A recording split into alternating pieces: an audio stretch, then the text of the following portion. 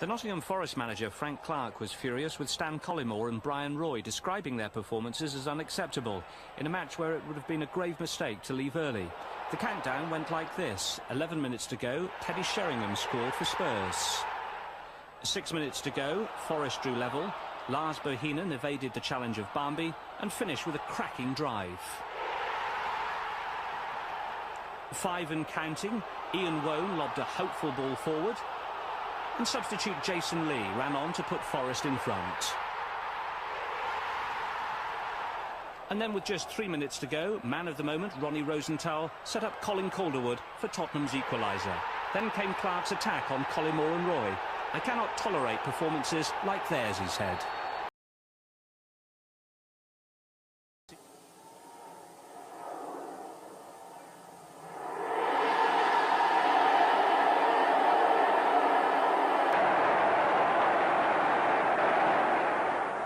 "13 minutes later, Darren Anderton's corner, Mabbott's flick on, and Nicky Barmby fires home.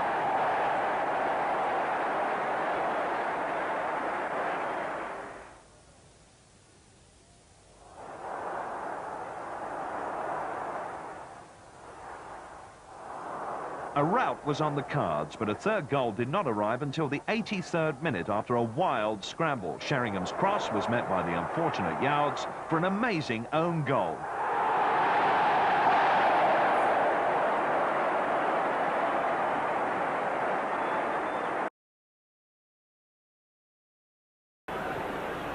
And it's McManaman on to Walters.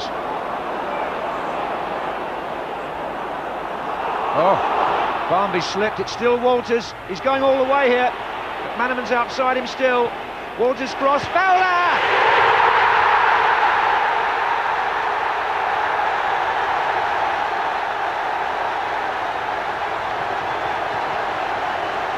Robbie Fowler yet again, but what about this from Mark Walters? It started way back. He got a cross in beyond two defenders, and Fowler's header beats the acrobatics of Walker. This is where Walters began the damage. Nicky Barmby tripped a bit on the turf, and Walters was away. Howes couldn't get to him. Two others came to him. Calderwood and Austin, he beat them both. Lovely cross, good header. Liverpool in front. 38 minutes, and Robbie Fowler, the man who put them through to Wembley in the Coca-Cola Cup.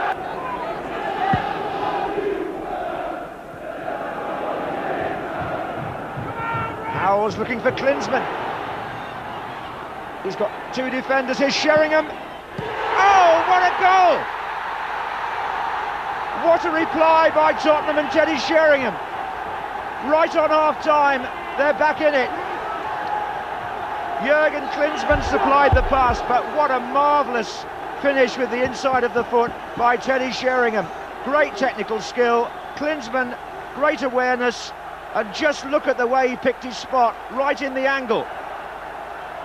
A terrific goal, and it deserved by Sheringham. Forward by Howes, but nobody in that space for Tottenham.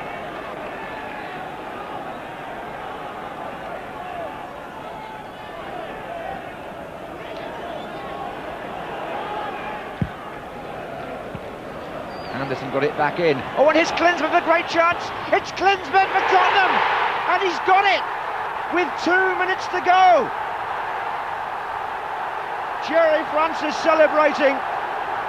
Spurs have taken the lead for the first time in the tie, and Jurgen Klinsmann is the hero again. The flick on by Sheringham has got him clear from a tricky angle, a lovely finish into the corner.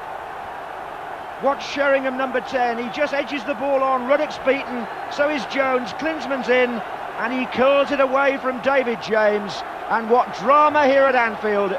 In the 89th minute, Tottenham Hotspur, who've never beaten Liverpool in the FA Cup, go 2-1 up with Klinsmann's 23rd goal of the season. How it's changed.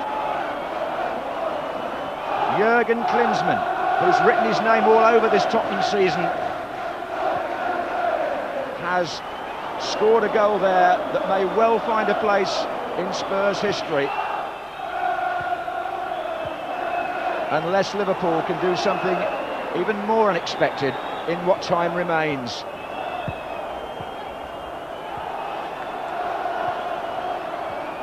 You can never tell in the FA Cup, can you? Is Klinsmann on his way to Wembley? He's found Sheringham. There's a player gone down there in a challenge with Bab. It's Barmby, but the referee is looking the other way. He's also looking at his watch, and Spurs are through. Tottenham are in the semi-final in a season when they weren't even in the FA Cup until December. Gerry Francis, all smiles, and Jurgen Klinsmann, as if the script could have been any better, has scored the winning goal. He missed the chance 2 minutes in, and he took one 2 minutes from the end. He's almost in tears, the German captain. What an emotional finish to this game. Ruddock sportingly congratulating Tottenham players, former colleagues among them. Defeated Liverpool players walk off absolutely shattered by what happened there. And another unpredictable chapter in the story of Jurgen Klinsmann, Gerry Francis, Tottenham Hotspur and the FA Cup.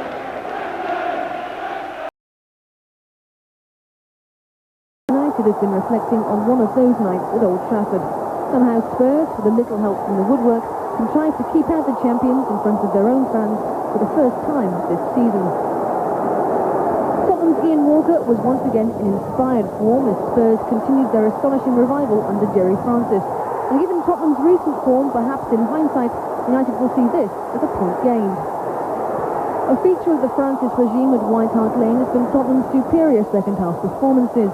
And Nicky Barmby might reflect that he could perhaps have done better with this gilt-edged opportunity. But United were to be frustrated once again in the closing moments when Ronnie Rosenthal unusually came to Tottenham's rescue. But a point only good enough to close the gap to 3 on Blackburn and set up a thrilling championship finale. Spurs were finding it difficult to breach the Leicester defence. Teddy coming closest with this header in the second half.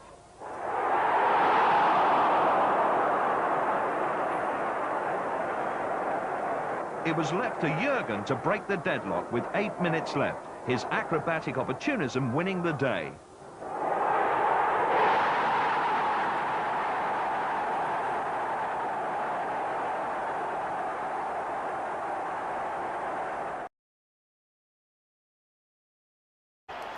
It was just 11 days ago that Spurs went to Anfield and won their cup quarter-final with a late goal from Jurgen Klinsmann.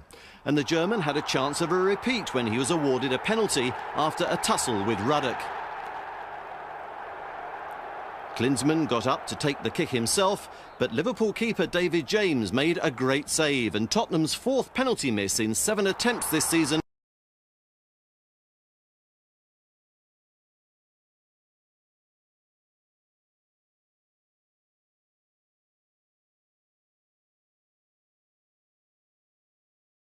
Well, Tottenham Hotspur were challenging for European places as Southampton had a very different agenda when the teams met at the Dell in April 1995. Calderwood has some defending to do now as Southampton have the corner kick. Oh, and it's gone in! And Heaney scores for Southampton. This is one for Sheringham to chase. Grobbelaars straight outside his penalty area, lost the ball. And Teddy Sheringham, the birthday boy, makes it 1-1. Here's Ronnie Rosenthal. Oh, Klinsmann's in here, and he scored 2-1. Lovely play by Tottenham.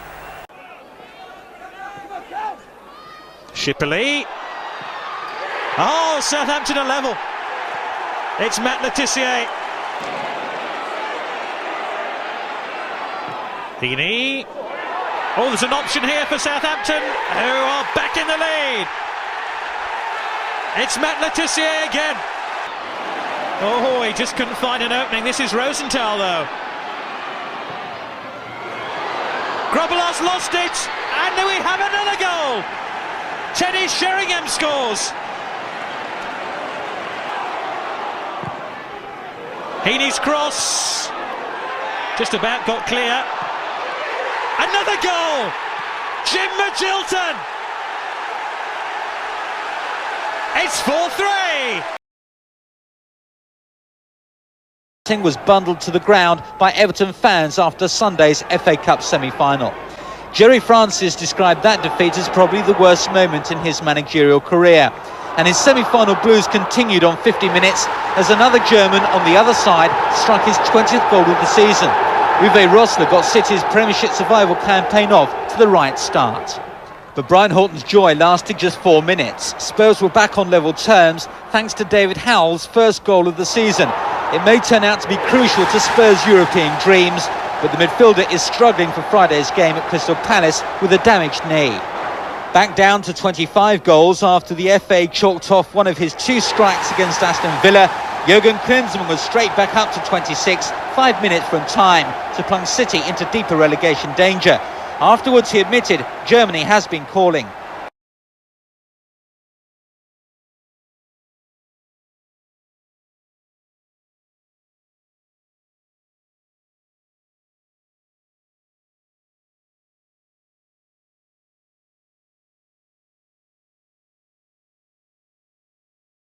A good day for City. It's been a traumatic week for Crystal Palace. For 87 minutes, though, yesterday, it looked as though there was a flicker of light at the end of the tunnel. Just before half-time, Chris Armstrong's strike from 25 yards looked like bringing Palace 3 vital points. But when you're struggling, it seems that luck is in short supply. With 3 minutes remaining, Gareth Southgate was adjudged to have fouled Teddy Sheringham. Palace felt they might have been awarded a free kick because Klinsmann's foot was high. Despite the protests, a free kick was given and Jurgen Klinsmann did the rest.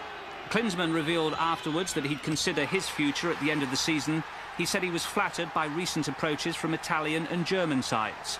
But what of that controversial incident that led to his goal? It was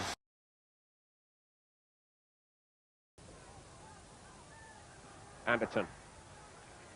Nicky Barmby's found plenty of width so far down this left-hand side. Popescu, Edinburgh, lots of movement from Spurs. They're looking up for this today. This is Klinsmann. And Barmby went down under a heavy challenge. Anderton. No offside against Teddy Sheringham. And that'll do for Teddy Sheringham. It's goal number 21 of the season. But here's the goal once more. That little bit of invention at last provided, was something different provided by Darren Anderton. And I think it was John Newsom who played Teddy Sheringham onside. It was fatal. Rosenthal. Austin's gone outside him. Rosenthal used him by not using him. Good shot too, and it hit Marshall in the face. Mabbott, he was brought down, Gary Mabbott, but the referee let it go. Barmby to Austin. Space again for Barmby. Popescu square. Rosenthal to Mabbott, getting forward. Instead, Barmby stayed forward. It's a gift for Jurgen Klinsmann. It won't count. It won't count. Offside. Run of the ball favoured Spurs, and now it's Ronnie Rosenthal. Austin's gone outside him. Anderton. Rosenthal. Fell to Barmby. It can't have missed by very much from Nicky Barmby. He got into a good position just a couple of minutes earlier and supplied one for Klinsmann, which didn't count. Rosenthal, Anderton. Klinsmann's free, and Anderton saw it so early. Brilliant football. Klinsmann, only one thought in his mind.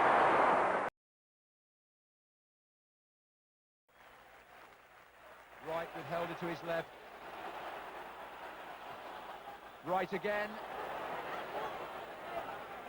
Oh, what a great run by Wright. He's gone down. Penalty. It's a penalty to Arsenal for tugging on Ian Wright.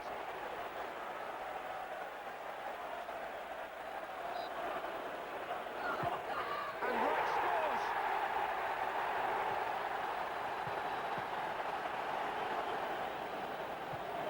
This is Ronnie Rosenthal, the man who had the first chance of the game. Seems a long time ago now. Here's Edinburgh. Spurs well stocked in the middle. Oh, and Jurgen Klinsmann's there, and he's equalised. Is there anything that this fellow cannot do for Spurs?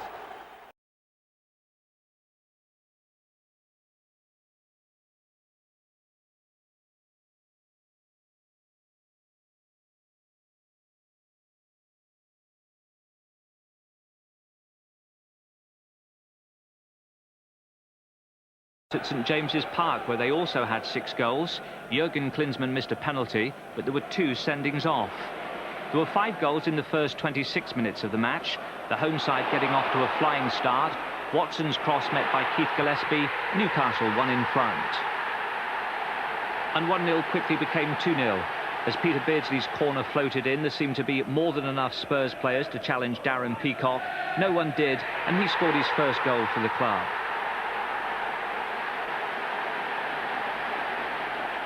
Spurs 2 down, but they then launched a dramatic comeback with 3 goals in the space of just 4 minutes.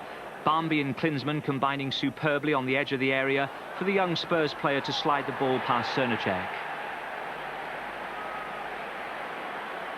Newcastle were now about to crumble. Barmby's goal was the springboard for the Spurs revival. As Newcastle failed to clear their lines, Anderton's cross skimmed off the head of Paul Bracewell, and Jurgen Klinsmann at the far post scored his 29th goal of the season. From 2 up, Newcastle were about to find themselves 3-2 down. And what a strike from Darren Anderton. 25 yards out, and Pavel Černeček could only watch as it flew past.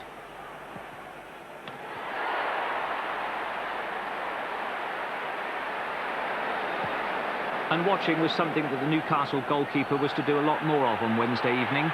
As Nick Barmby broke free, he was tripped by Černeček. And despite his protest to the contrary, he got his marching orders for the 2nd time this season.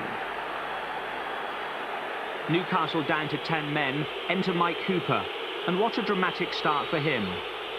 Facing a penalty, facing Jurgen Klinsmann. Amazingly, goal number 30 wasn't registered. So Spurs still 3-2 up and a man up, but then they were also reduced to 10 men when Colin Calderwood, who'd been booked earlier for a foul on Beardsley, was sent off for this challenge on Malcolm Allen. And on a night of drama, there was still one more twist to come. A long, hopeful ball forward saw Sol Campbell hesitate at the back, something you can never afford to do with Peter Beardsley around. But the result leaves Newcastle still searching for points for European qualification.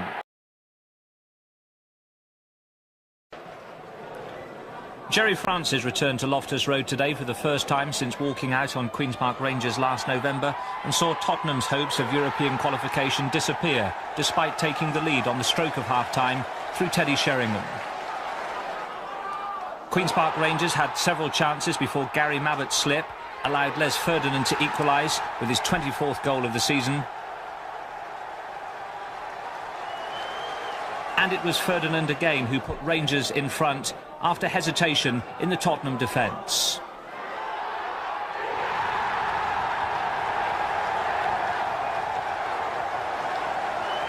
Jurgen Klinsmann thought he'd equalise for Tottenham, but it was disallowed for shirt pulling. He was booked for showing dissent. Klinsmann, we're told, will meet Spurs chairman Alan Sugar tomorrow to discuss his future at Spurs. Meantime, the Rangers manager Ray Wilkins revealed that his club are the latest to make an inquiry about Paul Gascoigne. Coventry found sanctuary with what manager Ron Atkinson described as the best performance since I came here. Spurs gave what Jerry Francis described as the worst display since I've been here. But it was Coventry's assistant manager Gordon Strachan who orchestrated the proceedings. It's odds on that this was his final game as a player. And should that be the case, he went out on a real high. Strachan's cross was headed in by Peter Undlerv just after the half-hour mark.